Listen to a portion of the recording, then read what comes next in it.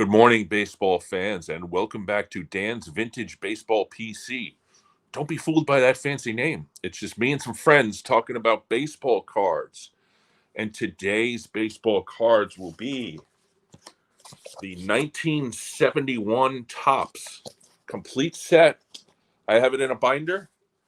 And my guest, who you'll know before from the Tony Canigliaro show and also the Joe Cronin show, is my friend and yours, Mark Hoyle, and bring Mark in right away. How are you, my friend, this morning? Doing well. Fresh off a new haircut, all ready to go. Well, last time we spoke and you were on, you had some knee issues, and I hope that those are starting to resolve themselves a little bit. Doing really well. Awesome. A lot flexibility, mobility, pain-free. It's beautiful. Pain-free is a big one. Yes. So I have my trusty notes for 71. This would be just personally the second year that I collected baseball cards. And what about you? What was your first year? This is the first year that I really remember opening cards. 71. I have a bunch of 69s and 70s that I must have opened packs, but I don't remember that. So this is the one.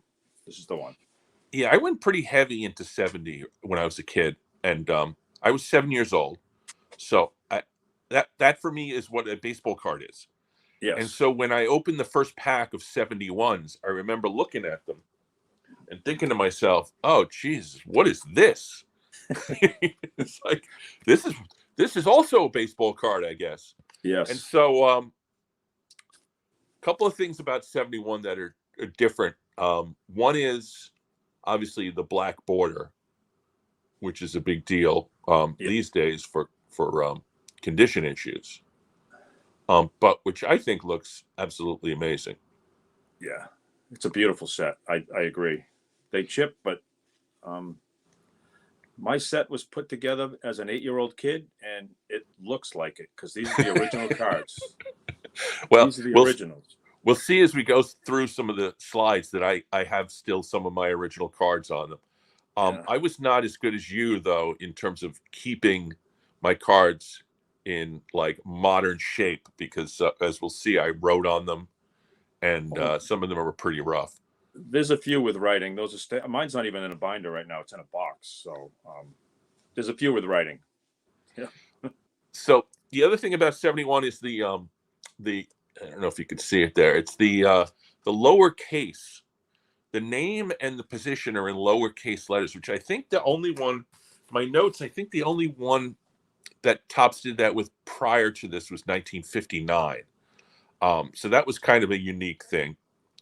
The other unique thing is the action shots. There are 52 action shots, and I'm not going to talk about it because it's for a future show, but I'm collecting the action shot set in high grade slabs. I'm about halfway there, and already have a guest lined up for that show. And how many action ones are there? 52. Does that count like the World Series ones too, no, or just individual players? 52 original of the original players, and then there are, I don't know, maybe a half a dozen action shots for the World Series too. Right. The 1970 World Series only went 5 games, so I guess that's 5 games, probably plus one celebration. Yes. Couple other things. There's first time Topps ever did a photo on the back, which is problematic for somebody like me who's a stat head because it also resulted in them only having enough space for one line of stats. And I've always disliked that fact that there was only one row. Same here. And I think if my I did this off memory, the last time Topps did only one row of stats prior to 71 was 62. I think every year after that has full stats.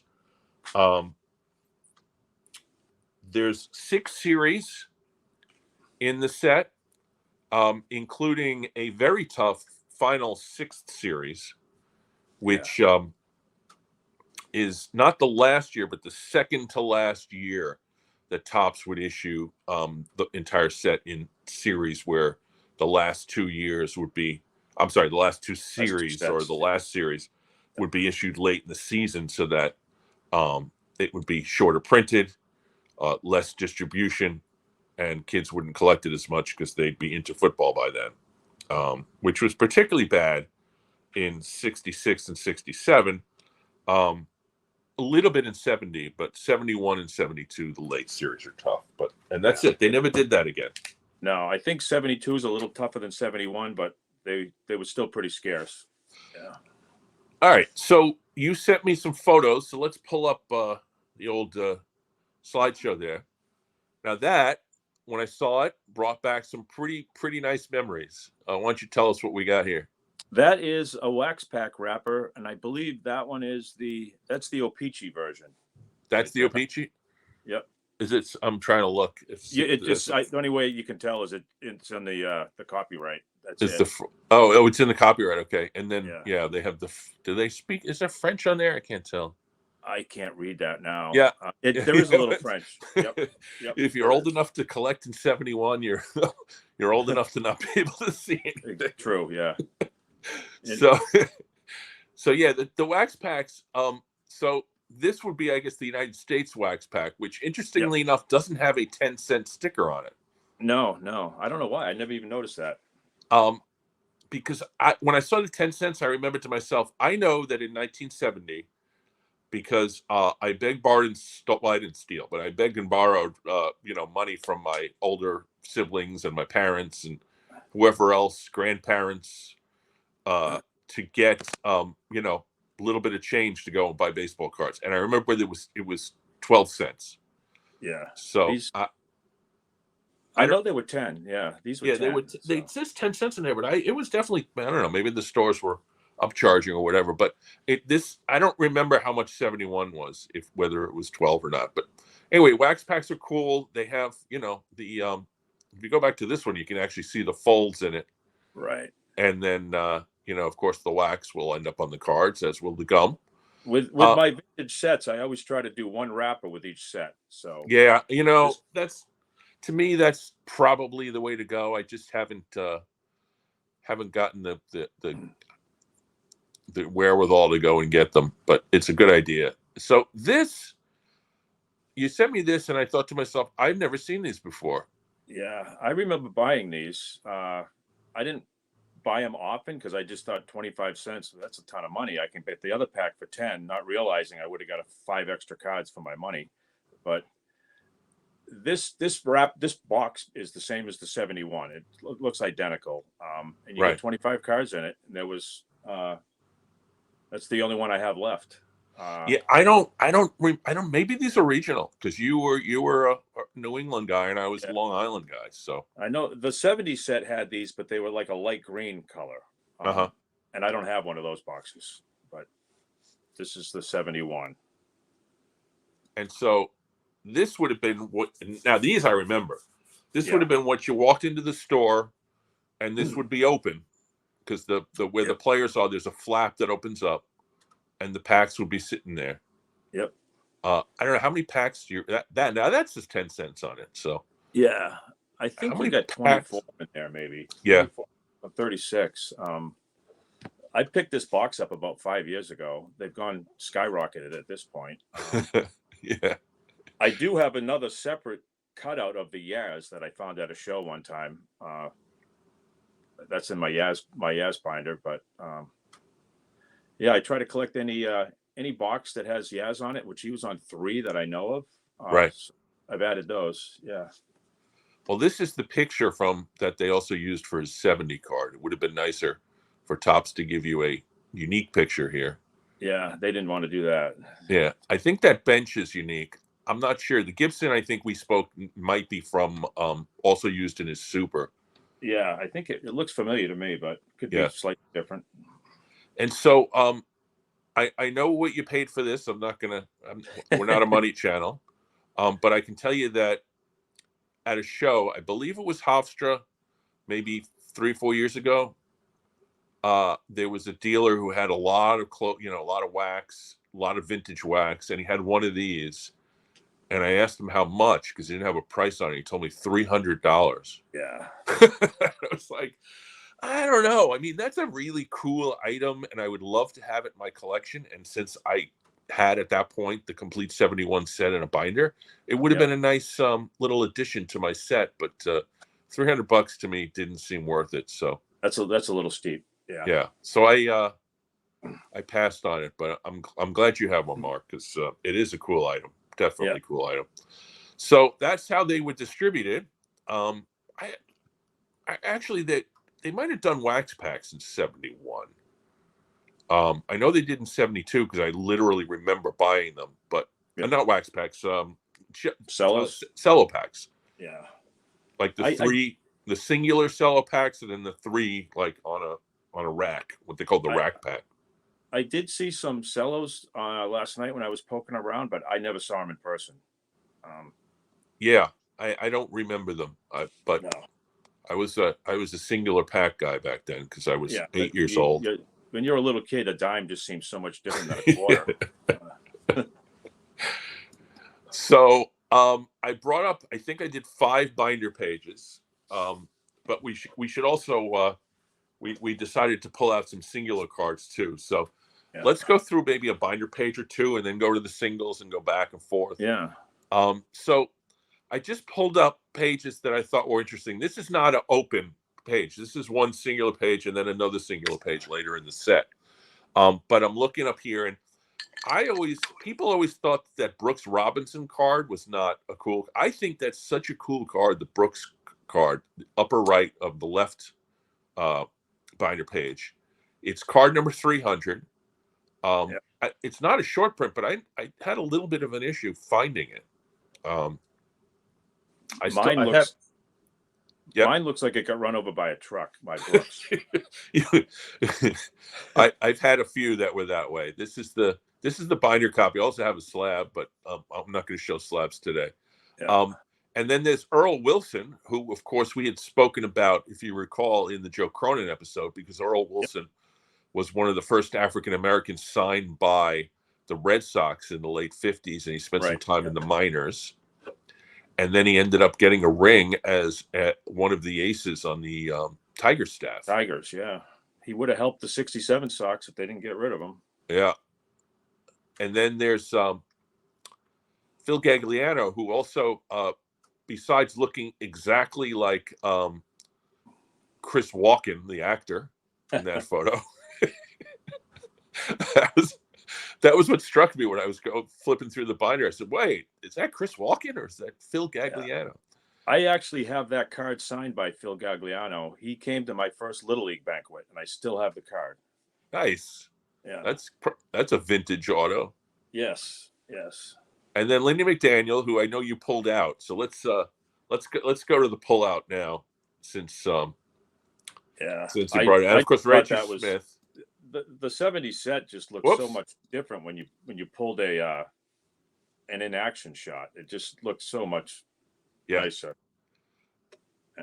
Yeah, Lindy McDaniel. And, it's funny because I asked you to pull out 5, and I didn't ask what we were pulling out. No, I didn't pull out Lindy. I pulled out someone else. But anyway, I got a bunch here. I just did. One thing what Topps used to do, if you won the World Series, you got card number 1 the next year. Yep. Which is the Orioles. And I just pulled this one out just because that's the other end of the spectrum. That's Dick Drago. He's the last card in the set. Yes. According to my notes, that would be card number 752. Yeah. And the other thing, I don't know if Topps does any, I don't pay attention to the numbers on the back so much anymore. But back in the day, all the guys that were, the big stars, Willie Mays got card number 500. Yep. They had the hero numbers. Hank Aaron is 400. And Brooks, who we just spoke about, had been the World Series MVP in 1970 and was hot stuff back then. And he got card number 300. So I think they did a lot of that back in the day. I haven't kept up on what they do now. Yeah, and it's not even just the 300, 400. Every card that's on a 0 or a 5. Yeah. Early in the set usually has somebody of some relevance. Yeah, like the ones with double zeros, 100, 200, 300 were the huge stars. Like 150, 250, 350 was guys right behind them, and then they filled in the set around those guys. If you got, like, let's say Mercer, is 635. Bobby Mercer at that point was not a super duper star, but he is a 35. So Yes. but then you've got well, Ken McMullen is a 485. So Well, here's a Dick Allen. He's 650. yeah, That's a he's tough card too. that's a tough card. Yep. I would show you mine, but it's my original and it's a miscut. It's like... That's why my Thurman Munson will not be shown on the screen today. All right.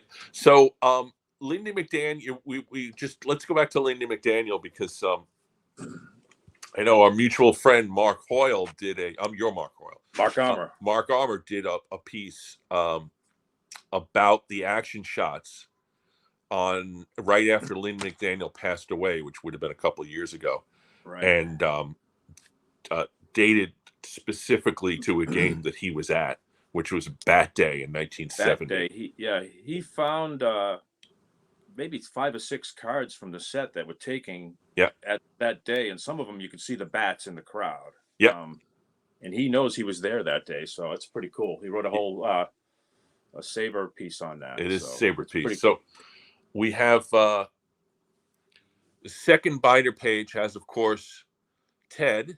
Yeah. As a manager of the Washington Senators. This would, of course, be the last season that Topps would print cards with Washington Senators on them because in 72 they moved to Texas. Yep. I should mention also that card number 752 represents at that point the largest set that Topps had ever produced. So 71, it would be broken the next year as 72 would go. 72 would go to, I think, 787. It was up there, yeah. But it's a little bit more. But this was the largest last set of Senators. So what you have on this page is Wayne Granger, who was a dominant relief pitcher for the Reds at that time. At one point, held the record for saves in the season. Yep. Of course, Ted, Fred Gladding, Hall of Famer Raleigh Fingers in a third-year card. Rod Gaspar, who was on the 69 Mets. Jake Gibbs, an action shot from Yankee Stadium. Yeah, I think that's a game against Cleveland. And there's a bunch of shots in this set from that game, including the Greg Nettles is a shot from Yankee Stadium. Yeah. I forget, maybe it's Jerry Kenny. There's a couple of other Yankees that have from that particular game. The Veda Pinson card is. Yes, of course. Is that Munson there? I don't know. That is, in fact, Munson. Yeah. That is Veda Pinson, and it's, I believe, like June something of 70. Yep, that is a great card. One of my favorites. There is Maury Wills, of course, back on the Dodgers after having been in Pittsburgh and Montreal. I think Maury's 70 card is with the Expos, I think. Red Sox team card and Ron Herbel. Ron Herbel. Yeah. Another binder page, but let's go back to pullouts. So my first card I pulled out was Bob Johnson. Nobody knows who Bob Johnson is, but for a few years he was hot crap. He was he was traded. He appeared for the 1969 Mets, although not in the playoffs. He was then traded with Amos Otis to the Royals for Joe Foy. Johnson then had a fantastic season for the Royals, was then turned around and traded to the Pirates in the trade that brought Freddie Patek to the Royals. Yeah. And then Bob Johnson in Game 3 of the 1971 playoff series went straight up with Juan Marichal and beat him. Pitched a complete game, won the game. It propelled the Pirates into the World Series, where they would, of course, win in 7 games. Johnson lost Game 2, relieved in Game 6, but got a ring, and then kind of faded out after that. But for a couple of years there, Bob Johnson was a big real deal.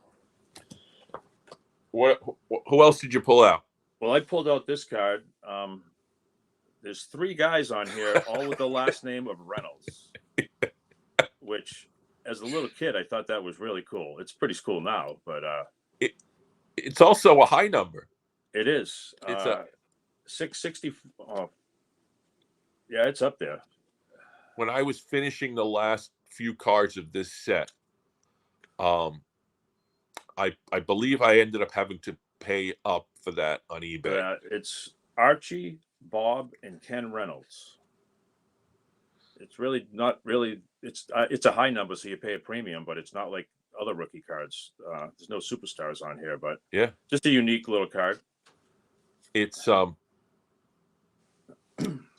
shame that none of those guys ever made anything of themselves. Now we both pulled out this card, right? Yep. Yeah, we did. Yeah. This is also one of my favorite cards from this set, in large part because of what's behind Ken McMullen. Right. It's the old Yankee Stadium, and there are the monuments. Yeah. You don't see that in any other photo in any other baseball card. No, that's actual monuments behind him. Ken McMullen, of course, came up with the Dodgers. Shares the 1963 rookie card with Pete Rose. Mm-hmm. Was then traded to the Angels. He had a pretty decent career. Decent career, yeah. This would be by far my favorite thing about. I pulled this one out just because Don Gullett passed away this week. Yes.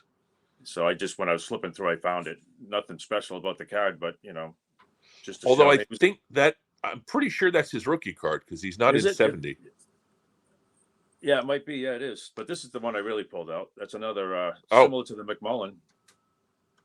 Nettles with the Indians. Nettles with the Indians at Yankee Stadium, where he would the following season, or no, 73. He was traded to the Yankees. Yep. So let's go back to some binders pages.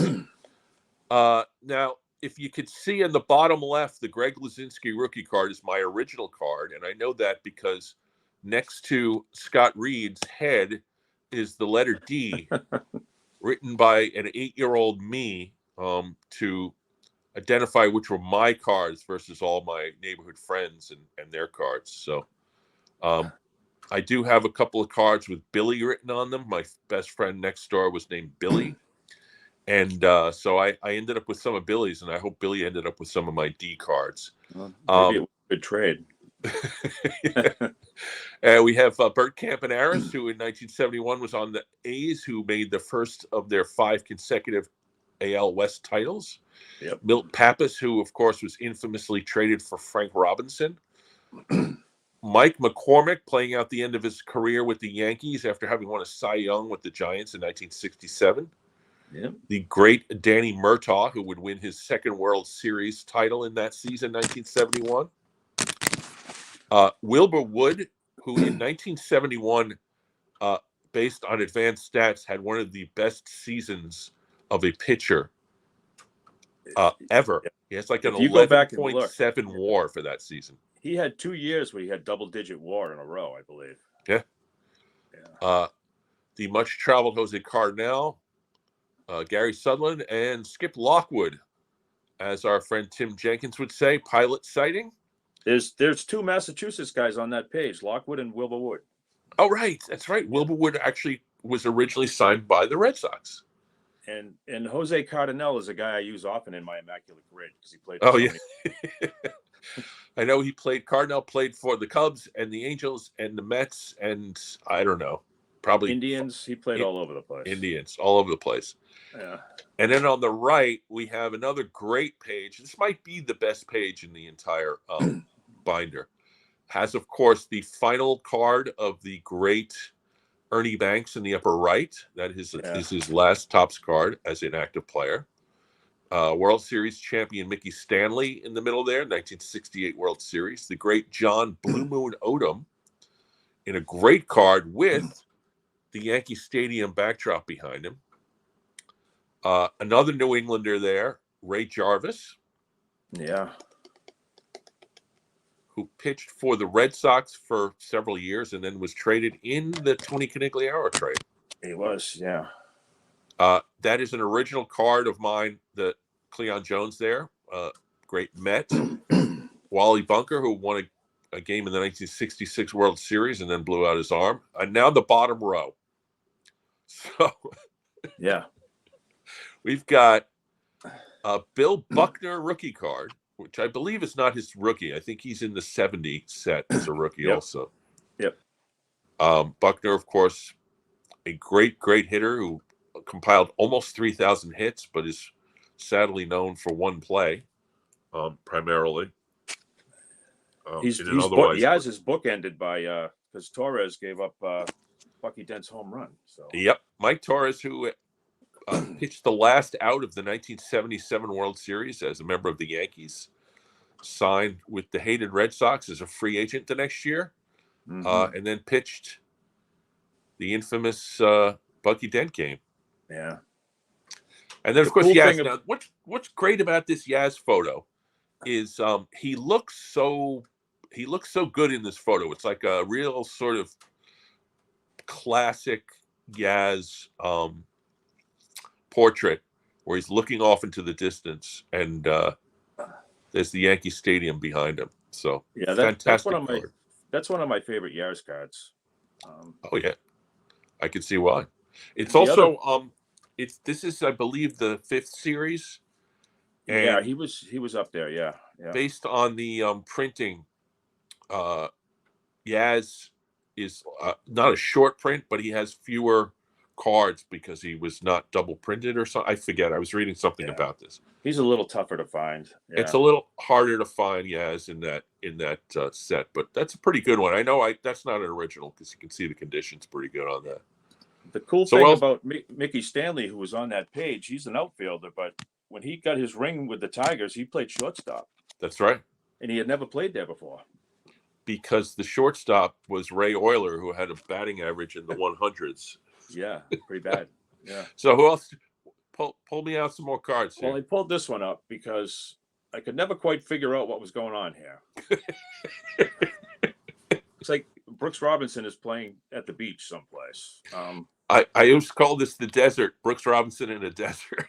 Yeah. It just caught me as kind of a funny card, but this is the one I really wanted to show. Oh, yep. You have a little cameo in the back by Pete Rose. That is, in fact, Pete Rose. And that is one of, I believe, 3 action photos, maybe 4, taken in Philly at Connie Mack Stadium. There's, I know, the Darren Johnson one and the Lee May one, and I think it's Oscar Gamble, all Phillies or Reds.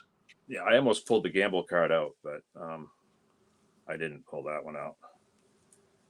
What else do I just pulled this one out because I just think it's a cool card.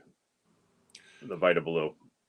Not only is it a cool card, but during that summer, he was all the rage, and that was a hard card to get if you were collecting, because everybody wanted it. Didn't he start out like 10-0 or 10-1, something like that? Yeah, and he was, I think he had 16 wins at the All-Star game. He started the All-Star game for the American League. In fact, that's another historical note, is that the 1971 All-Star game, which is a chock full of great things in that game, was started, first game ever started by 2 African-American pitchers, because Vita Blue started for the American League and Doc Ellis started for the National League. I didn't know that. It's also... Is that the game Reggie hit the light tower? That is the Reggie home run. That is a great card, too. I know there was a game at Fenway that year. Early in the year, I think Sonny Siebert was 10-1 and Blue was maybe 10-1 or 10-0, and they faced each other. And I believe Mark Armour was at that game as well. So this guy, he's like the Forrest Gump of baseball. So I pulled out this guy because nice. It's a sad card because he's on the Senators, for which he played not even half a season. After 1969, when he was traded from the Cardinals to the Phillies and held out because the reserve clause was something he thought was unconstitutional. Unfortunately, the Supreme Court disagreed with him. He sat out the entire 1970 season, and then at that point was able to sign with anyone. He signed with the Senators, but by then he was 30. what year was he born in? 38. So he would have been 33 years old. He's not that old, actually. But he was finished after this. That's too bad. He was on Yeah. track. He could have been a Hall of Famer. Yeah, the great Kurt Flood, who many believe, and I agree with them, should be in the Hall of Fame simply because of his contributions to baseball. He literally changed Exactly the way that teams acquire and contracts and player freedom and all that kind of stuff. And so, he sacrificed what, like you said, could have been a Hall of Fame career for the betterment for his player, his union member players. And I still think he should be in. He should be in as a contributor or whatever they call it. Yeah. Yep. So what else you got? You got somebody I pulled out some of these leader cards from the 60s and 70s are just really cool. They're loaded with Hall of Famers. Oh yeah. Now there's 3 on that. Oh, this one only has 1. It's SABR, but then we have another 3 for here. Yep. Gibson for 3 Hall of Famers. Another 3. Yep. When you're a little kid and you pulled these, you didn't really care about these so much. Well, that was the thing for me. And look, 2. You got 2 there and Alex Johnson. This doesn't have any, but it has 3 pretty good players at the time. Right. Well, Boog Powell won the MVP in 1970. MVP, yeah. So by then he was 71. Of course, he's on a lot of leader cards because he was. There's another one. 3 guys. 3 guys. Yep. Yeah, here's another one. Another one with Yaz and Harmon. These cards were loaded. So. When I collected back then, if it was a checklist, a team card, a leader card, or I didn't even. Some of them I probably didn't even save them. I went for the individual cards, and I'm still that way to a certain extent. Right. Some people love leader cards, but I don't have any of them except for ones that are in complete sets. And you hated to pull a checklist. You hated it. The worst. But now the ones that are unchecked are in good shape. They're condition sensitive. So let's go back. I'll go back to binders here for a little bit. So I think I may only have one more binder page. Let me see. Yeah, only one more binder page. I pulled this one up for a number of reasons. One is there are 3 players here with Mets connections. We've got Dick Selma, who was on the 68 Mets and was traded. We got J.C. Martin, who was a world champion with the 69 Mets and inexplicably signed with the Cubs the following season. Mm-hmm. And then we have, of course, Joe Foy, the ill-fated former Impossible Dreamer. Yeah. Who ended up on the Royals. And then for some reason, the Mets traded for him and then traded 2 of their best prospects, the pitcher Bob Johnson, who we talked about before, and of course the great Amos Otis, who would become a fixture and a champion with the Royals. Joe Foy was mentally ill and an alcoholic at the time the Mets acquired him. And he bombed out in New York, and then I think he ended up, obviously he's with the Senators in 71, and that was it. And so Joe Foy was kind of a lesson for the Mets on terms of vetting the players that you're trading for. There's also and we'll get to it, the great Sonny Siebert down there, great pitcher, all-star pitcher for the Cleveland Indians, who was then traded to the Red Sox and had a couple of really nice years with the Red Sox. And then the bottom left, which is a rookie card with some real star power. It has both Dusty Baker, who one day will be in the Hall of Fame as a manager, but was a fantastic player. And on the far right, Don Baylor, who himself was a terrific player, and ultimately ended up winning the MVP in 1979. And one card in the middle there, a common, nice card with the swing there, but Russ Nagelson was a difficult card for me to find. This is, of course, the high series, which are tough. And that Baylor Baker rookie card in high grade is really expensive these days. It's tough. Yeah. Because it's a 6 series high number, and also a rookie card packs a lot of power. But Nagelson, I don't know why, but Nagelson was one of the hardest cards for me to find to complete this set. Yeah. So we can go back to some pullouts. I got two more that I pulled out. One is the great Rusty Staub, who Nice. Le Grand Orange for the Expos. Did not. This is his last card until 74. He had a dispute with Topps and did not have a Topps card in 72 or 73. Rusty Staub later on went to the Mets and then came back to the Mets later on in the 80s. And I met Mr. Staub twice personally. And he was a engaging, kind man to a 17-year-old high school person. And then later on, he owned a restaurant. And one of his chefs was a friend of mine. So I met Rusty twice, and he was a wonderful man. Passed away 5 years ago or so, and but remembered well. Had 500 hits for 4 different franchises, and just Impressive. a terrific player. Who else you got? Seeing we already brought up Mike Torres and Buckner. I might as well throw Danny Cater in the mix. The Sox traded Sparky Lyle for this guy, and I have no idea why.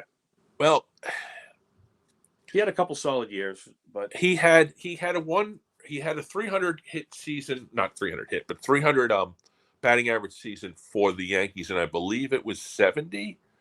And he was a pretty decent player, but he was a first baseman with not that much power. And then Sparky had a down year with the Red Sox. And then the Yankees picked him up in 72, and he was lights out. He was lights out, yeah. So, yeah, it's a bad trade. And then Cater came to the Red Sox, and he couldn't hit anymore. So no, he forgot how to hit. And anytime anything Cater comes across Twitter or whatever, I get tagged on it, and it gets sent to me. So that's a little sadistic. It's all in good fun. But what else you got, Mark? Popped up these two. Oh yeah, that's Ted Simmons rookie, I believe. That is Simmons rookie. I didn't point out in my notes. I wrote down the key rookies in this set, and the first one listed is Simmons. Yeah, that is his rookie card, Hall of Famer. Blyleven is another one who has a Hall of Fame rookie card. Yeah. Baylor Baker that we talked about, and then Steve Garvey has the rookie card in this set too. I did a little homework and figured out there are, just on single player cards, there's 50 Hall of Famers in the set. Wow. Not counting, leader cards or World Series cards, there's 50 individual Hall of Famers in this set. Yep. There's a couple and there. that Ryan is not 6 series. I believe it's 5th series, so it's not super short printed, but it's a hard card to find. Still a tough card, yeah. Yeah. Tough card. There was one oddity I noticed on some of these they had the playoffs too, but the pictures are in black and white. Yeah. And the World Series ones are in color. Yep. So it's kind of odd, There's just, I don't know why. There's some of those games are on, the World Series games are on YouTube. And I think the one that I watch, which I think is game 1, is in black and white. This television. Is the first World Series I actually remember watching, 71. Yeah, same here. Yeah. And then let's see, what else we got? Let me this is my last pullout. For Yankees fans of a certain age, this was your man. And this was the first Mercer card that I remember absolutely having to have, and it was it's 635, so I think it's still in the 5th series, but it was a little harder to get. And of course, it's a fantastic Mercer with the bat, with the sort of proud look on his face, and then you got the Yankees facade behind him. Just a terrific baseball card, and this was my guy, Bobby Mercer, for any number of reasons. Did he come up as a five-tool player, terrific guy, who I also met later in his career. In 1983, I met Bobby at Yankee Stadium, and he signed every single autograph for every single fan that was waiting for him, and there were a lot too. And super gracious, and he was a old school player, but as a person was 100% gentleman. So the great Bobby Mercer, who passed away from brain cancer in 2008 or 2009. So was he originally a shortstop? Did he come up as a shortstop? yes, Did he? he came up. He's from Oklahoma, just like Mickey Mantle, and they thought he was going to be potentially another Mick. But he was terrific. He was a top player for about 5 years. And then, of course, they broke our hearts by trading him for Bobby Bonds. But Bobby Bonds, yeah. That we'll get into I have to that. show this card for our buddy Kurt. Yes. Fantastic card. Yeah, it's nice. And of course, Roberto in 71 would not only be a champion, but would be the MVP of the World Series that year.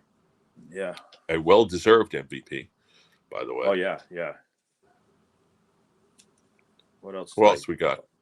I pulled out this one just because it's another action photo. Yes. Who says that? Is that a Met catching? Yes, that is Jerry Grody. Jerry Grody, yeah. Who has, like Munson, appears in quite a number of cards and cameos, because a lot of the Topps pictures are taken in Yankee Stadium. This one's a little beat up, but it's Johnny Bench was the man back in this early 70s. Johnny Bench's numbers on that card are amazing. I can barely read them, but it looks like 45, 140 something RBIs. It's insane. Yeah. As a catcher. Yeah. He was the MVP in 1970. So yeah, pretty good. That would be where those numbers come from. And That's then about we all have pulled out. Yeah. one last. Let's go back to the last slide here, because this one is special. Oh yeah. So these are two Red Sox pitchers, but they're special for you. Why don't you tell us about this? These were TGA, which is a grading company. They're out of New Hampshire. I actually know the guys who are involved in this, and they'll label your card whatever you want. So I gave them these two cards. Sonny Siebert pitched the first game I ever went to, and it has his name on there, has the date, the score. The Red Sox lost that day. And Gary Peters, it's labeled my second game I ever attended, and they lost that game to the Indians as well. But they'll do a custom label for you if you want. There's no grade on these. The Sonny Siebert card that's in here is actually better than the one that's in my set. So, but they're TGA. They're out of New Hampshire. Small startup a couple of years ago. I know a few guys have used them, but they'll do a custom label like that. And I have a few other ones I'm going to send in for them to do as well. But they look really nice. Keep it up on the shelf. First game, second game. Unfortunately, they lost both. Like me, you went to your first game in 1971, but unlike me, you have memories and what do you have the program? I do have the program from both of those games. The Siebert one, they get beat pretty bad. It was like 12-4, I think. Dick McAuliffe hit a home run. Gates Brown, I think. Boomer hit one for us, for the Sox. I do remember that. The Peters game, I don't remember anything. Well, that's my experience, because I went to a 1971 baseball game at Shea Stadium against the Giants that I remember. I went with my father, my uncle, and my cousin, who was a little bit older than me.